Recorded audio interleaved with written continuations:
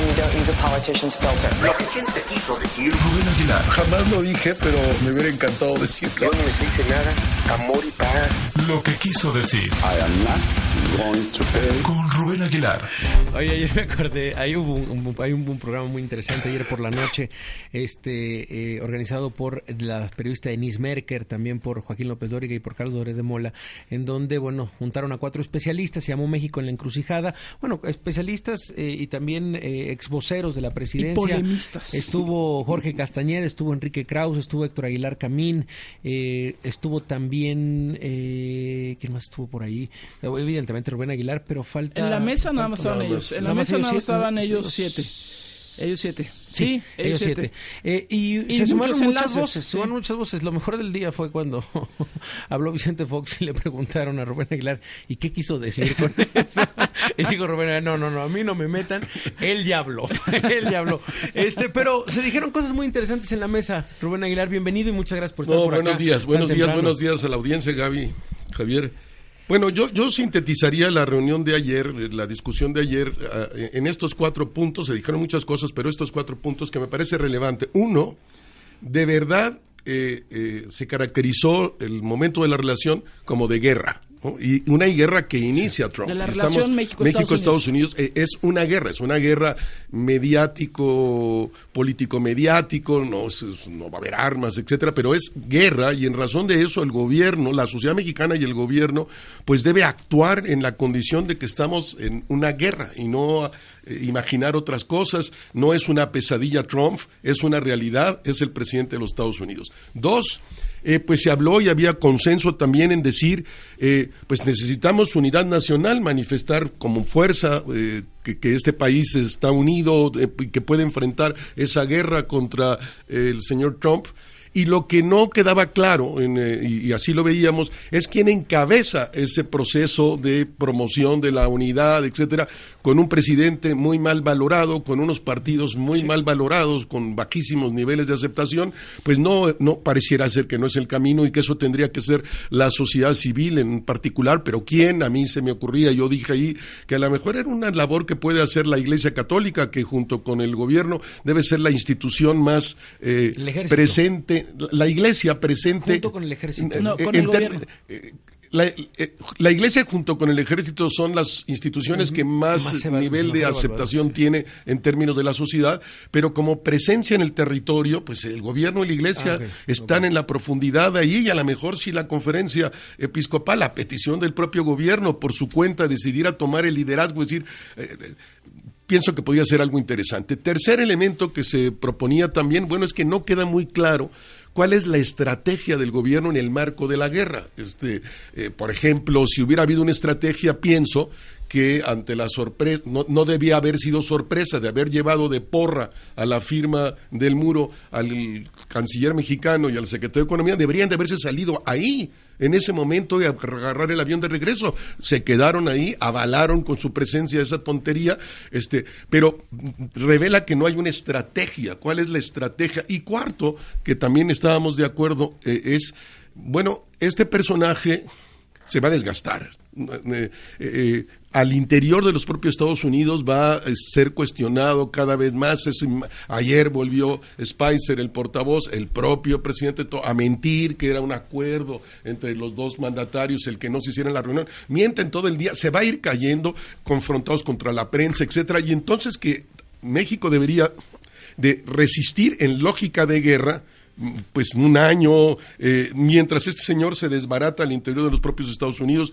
Estas son las cosas que se dijeron ayer, pienso, y que sintetiza de alguna manera esta hora de discusión que hubo ayer. Sí, la verdad es que si no la pudieron ver, pues ahí en el sitio de Noticieros Televisa ahí pueden ver el programa completo. Hay algunas cosas realmente interesantes. Me gustó también la contundencia, la claridad con la que habló, por ejemplo, el expresidente Calderón, ¿no? Creo que dijo cosas muy puntuales, sobre todo en términos comerciales, ¿no? lo que se podría hacer, por qué en un momento dado también, digamos, ampliando la discusión, decir, bueno, pues sí, hay un tema que tiene que ver con el comercio, el tema de seguridad.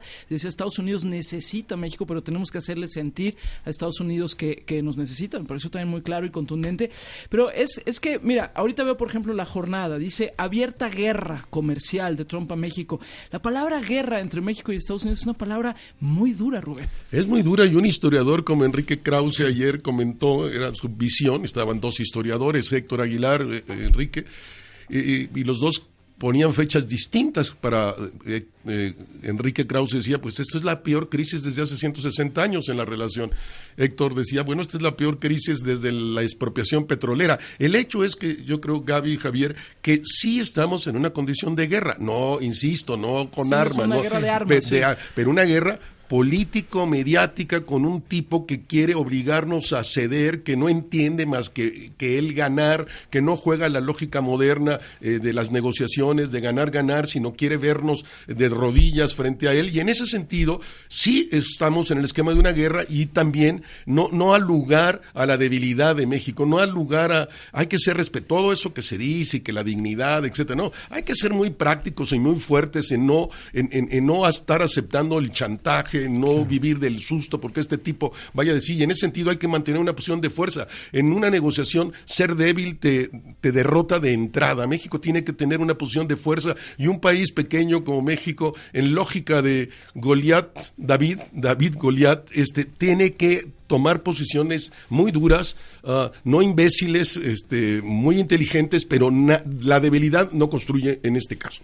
Sí, también se mencionó justamente un momento en el cual se podían conjuntar diferentes fuerzas políticas y sociales, y se habló de una unidad nacional en contra de esta guerra que insiste, y la definieron muy bien, es una guerra cultural, es una guerra de carácter humano también, por la situación migratoria de millones de mexicanos. ¿Qué decir de esta unidad nacional tan necesaria?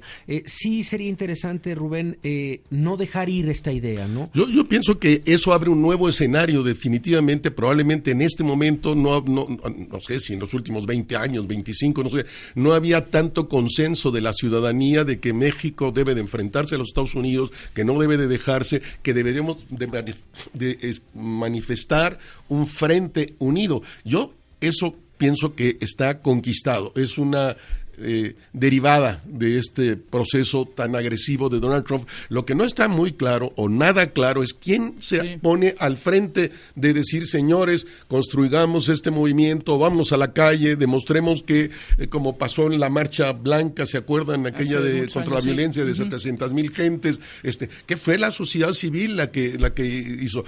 Cualquier politización en términos de un partido que quiera abanderar el propio gobierno va a fracasar ese proceso. Se requiere la legitimidad que da el estar en contacto con la gente, el tener un proyecto, etcétera. Ahí fíjate que empieza a haber reacciones de lo que decías, y entiendo por qué son las reacciones. Paulo Juárez, por ejemplo, Ime Sama, Juan Luis Negrete, dice, total en desacuerdo con el señor Aguilar por el tema de la iglesia, porque dicen, es que la iglesia va a sacar su propio partido, y es que creo que ahí tendríamos que diferenciar. Tal vez, entiendo que no te estás refiriendo a la iglesia jerárquica, te estás refiriendo a quien al final está en la cancha, ¿no? Sí. Pero bueno, aquí hay una reacción que al final es... Y desde luego, y se me ocurre pensar eso, y yo lo planteaba ayer porque intervino el portavoz de la Conferencia Episcopal en una posición muy inteligente de la acción que está haciendo la Conferencia Mexicana con la Conferencia Episcopal de los Estados Unidos, que es muy potente y que es un actor no solo religioso, sino político, como son estas conferencias.